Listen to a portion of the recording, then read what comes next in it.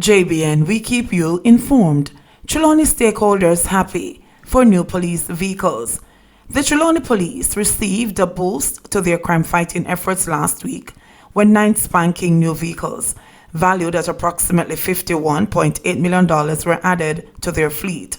Trelawney's Custos Paul Mushet could not hide his delight at the handover ceremony, where the vehicles were assigned to the station commanders of the 9 police stations that received them. It is a wonderful investment in the Trelawney Police. It must have taken some serious calculations for scarce resources to be found for this investment in both the internal and the public customers. You officers are charged to care this investment by the Commissioner, said Mushet. Superintendent Kirk Ricketts, the commanding officer for Trelawney, urged the station commanders to ensure that the vehicles are properly cared for to ensure longevity.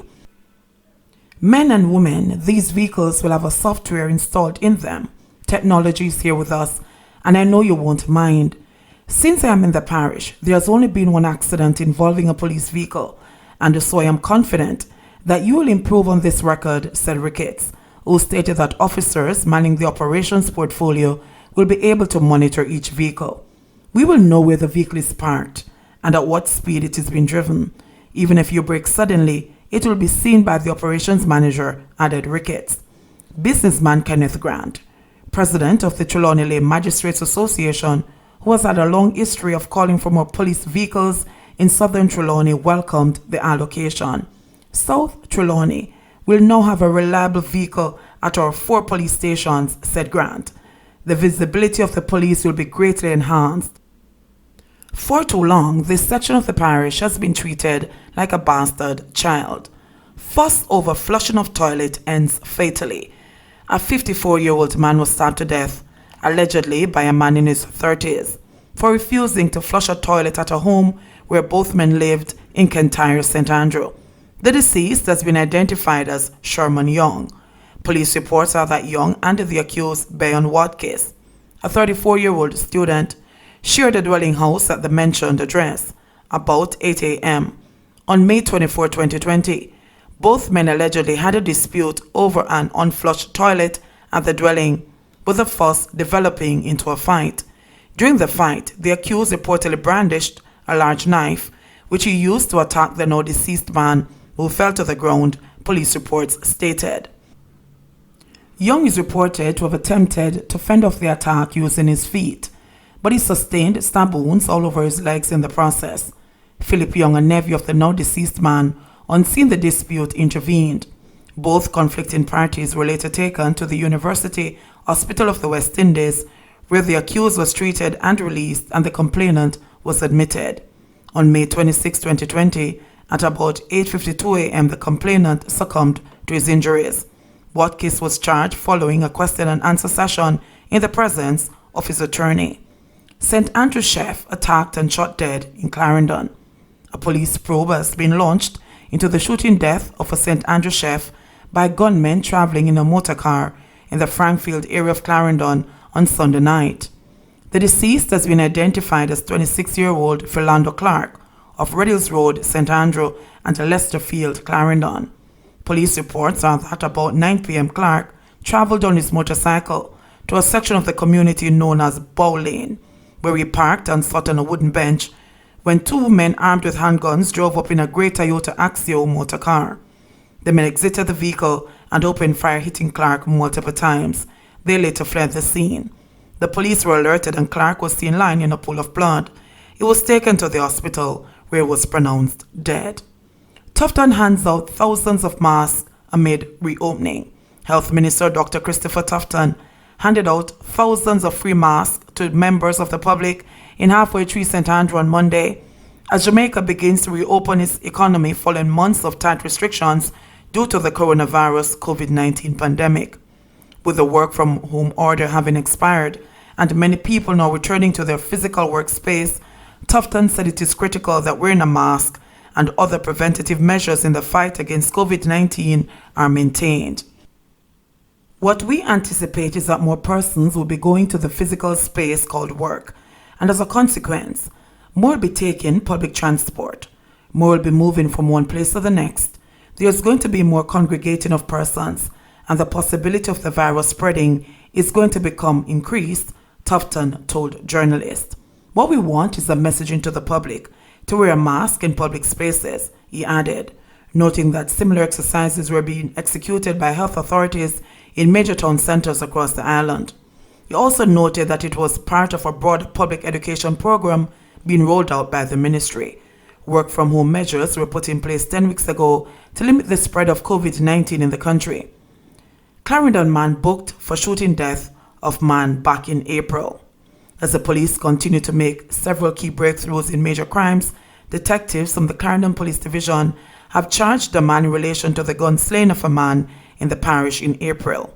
Charged with murder is 24-year-old Mario Hackett, otherwise called Mario, of Savannah District in Hayes, Clarendon.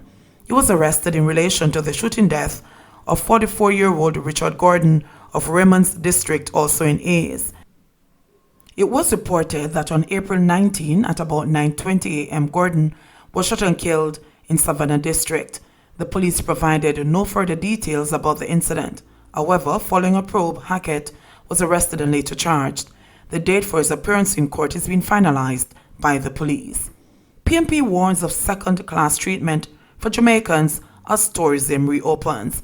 The People's National Party's PNP Shadow Minister of Tourism, Dr. Wickham McNeil, is calling on Prime Minister Andrew Holness to clarify immediately the testing protocol for international travelers to the island when the country reopens its borders. In a news release Monday, McNeil said Jamaicans need to understand the reason for mandatory coronavirus testing for arriving nationals up to June 15, but not for incoming international non-Jamaican passengers. McNeil said there was an understanding prior to the announcement that visitors would be required to provide a COVID-19 passport, proof of a negative COVID-19 test result conducted within 72 hours of arrival. But this seems to have been set aside in the announcement by the Prime Minister.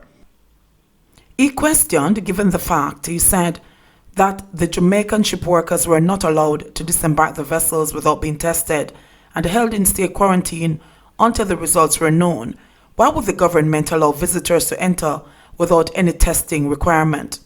This establishes a double standard, which treats our Jamaican nationals as second-class citizens, he remarked in the release. McNeil also said the rules governing the use of beaches and other facilities and attractions need clarification, as many of these facilities remain closed to Jamaican patrons but will apparently reopen to our visitors. He said while the opposition is generally supportive of the government's endeavour to reopen the economy to visitors, there should be no shortcutting of the necessary protocol to ensure the maximum protection of the Jamaican society, but especially those workers in the tourism sector who will come into direct contact with the visitors. This is not the time to compromise on our standards, especially knowing that a vaccine has not been found, and against the background of warnings from public health experts of a second wave later in the year into the next calendar year, the Shadow Minister said.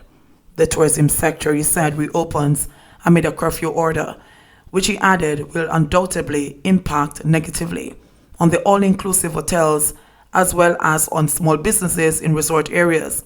This situation needs to be carefully considered in the best interest of all concerned, he said. Police making inroads in restoring order to Halfway Tree.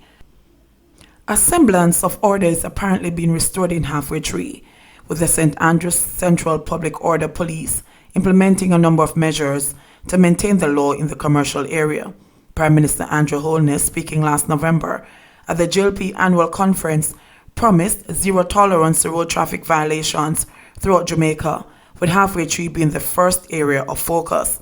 According to the police, lawmen have been working hard to maintain discipline within the bustling commercial district.